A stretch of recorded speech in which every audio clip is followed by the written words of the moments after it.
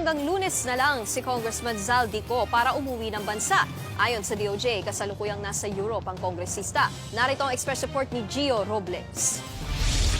May impormasyon na raw ang Department of Justice kung nasaan si Ako Bicol Representative Zaldico na iniuugnay sa anomalya sa flood control projects at budget insertions.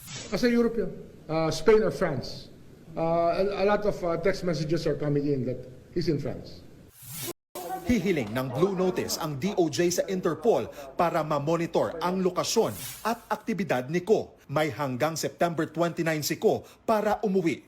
Yan ay matapos bawiin ng Kamara ang travel authority niya para sa pagpapagamot daw sa Amerika.